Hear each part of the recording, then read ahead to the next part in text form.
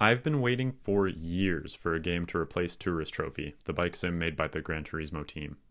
Despite coming out way back on the PS2, I felt that no other motorcycle sim had come close to achieving the precision feel and attention to detail that TT did. It was with this mindset that I hesitantly purchased Ride 4 a couple of weeks ago. Milestone's PR talked a big game, an entirely new handling model, redone neural AI, and a pared back bike list in order to provide each bike with the attention that it deserves. Could Ride 4 finally fill the Tourist Trophy shaped hole in my heart? I am both happy and surprised to report that yes, Ride 4 is Milestone finally living up to the potential of the series and giving both gamers and motorcycle fans the real riding sim experience that has been missing for so long. Ride 4 checks all the right boxes and sees significant improvements over Ride 3 in nearly every area.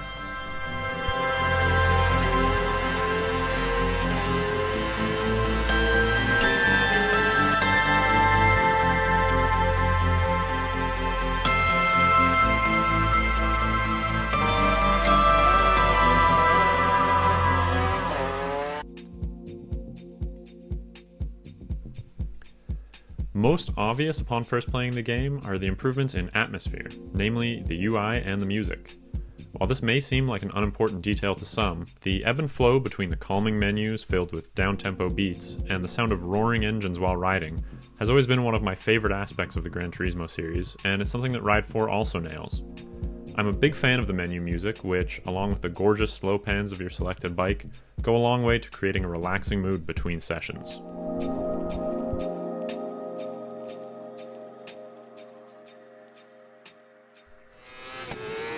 Big changes are afoot while racing as well. The game looks significantly better in nearly every way. The bikes no longer look as rubbery as they have in previous games, lighting is significantly improved, trackside features look nicer, and the weather is also improved, if not the best I've ever seen in a racing game. Ride 4 has also added a dynamic time of day system, letting you choose the time at the start of your session, as well as adjusting the speed at which time passes.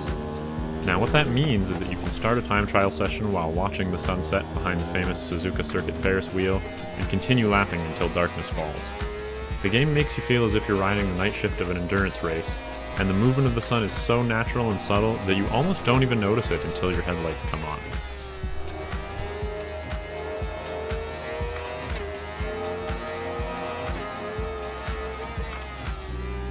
The added graphical fidelity also extends to the bikes, which is very welcome.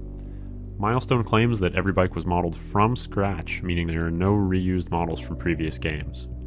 As I mentioned previously, I'd felt that both the Ride and MotoGP franchises had an almost rubbery look to them. The various materials that go into making a motorcycle didn't quite have the right look to them.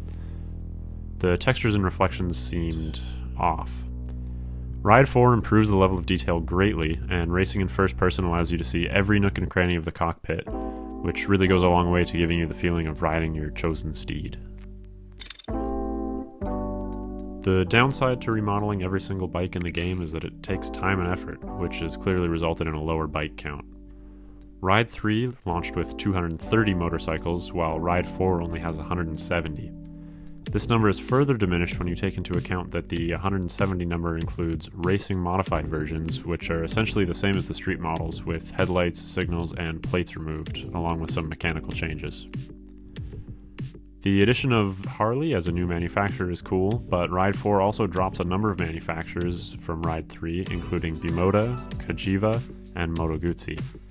There is an extensive DLC schedule, which will see new bikes and tracks added until the end of 2021, so there's still hope to see some of your favorites if they aren't already on the list.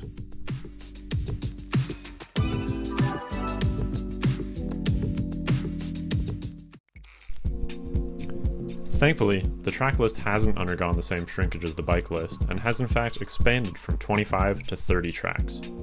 As a big fan of the Japanese racing scene, the addition of Tsukuba and Suzuka are probably the biggest additions for me. The track list is still fairly Europe heavy, but there's a good balance of tracks overall, and the unique road racing tracks are well designed and fun.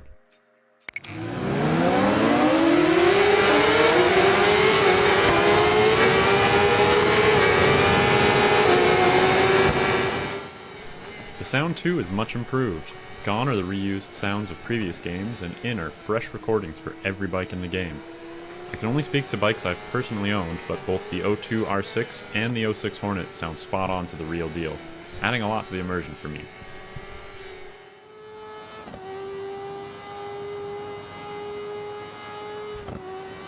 While all the trimmings have certainly improved, the biggest improvement of all is in the handling department. Previous Milestone games have felt soupy to me, whether that be Ride or MotoGP. Holding a line never felt good, bikes felt jittery, and accelerating out of turns felt soft and floppy, regardless of suspension settings. I'm so happy to say that the new handling model in Ride 4 fixes all of these issues. Suspension settings feel meaningful, and dialing in the perfect setup is satisfying. Holding a line is made much easier, as is making mid-turn adjustments without throwing everything topsy-turvy and completely ruining your turn. It's obvious that motorcycle riding sims will never be able to match the precision of their four-wheeled counterparts. While a wheel and pedals can accurately simulate the inputs of a car, short of a super hang-on style simulator, there's only so much you can do with a controller to emulate the feeling of riding. That feeling of a motorcycle as an extension of your thoughts. I previously mentioned Tourist Trophy as my gold standard for riding sims, and a lot of that was down to bike feel. Even without analog triggers to emulate precise throttle control, the PS2 Swansong nailed the feeling of weight transfer under braking, tire grip in turns, and the ability to set yourself up and hold a perfect line. Ride 4 is the first game I've played that not only gets close to Tourist Trophy, but surpasses it in handling feeling. What issues I do have with the game are mostly nitpicks. I wish that Milestone would bring over the setup assistant from the MotoGP games. While the menus do a good job of telling you what each setting does, the conversation tree style of the MotoGP setup assistant let those without in-depth knowledge of setup explain their problem in layman's terms and allow the game to set up the bike accordingly. Bike model history as well is also less detailed and harder to find than it was in previous games. The little bits of flavor text telling you about the history of your chosen bike have always been one of my favorite parts of both Tourist Trophy and previous Ride games, so it's sad to see them a little diminished compared to earlier entries. Ride 4 isn't just a racing game, it's also an encyclopedia of motorcycling history, so it would be nice to see that history put front and center.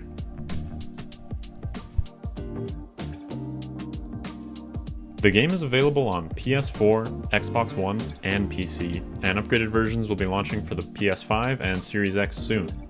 I played the game on an original model PS4 at 1080p and was pretty pleased with the performance. There are some frame drops when you're stuck behind a big pack of bikes, but overall the game runs quite well and features quicker load times when compared to Ride 3.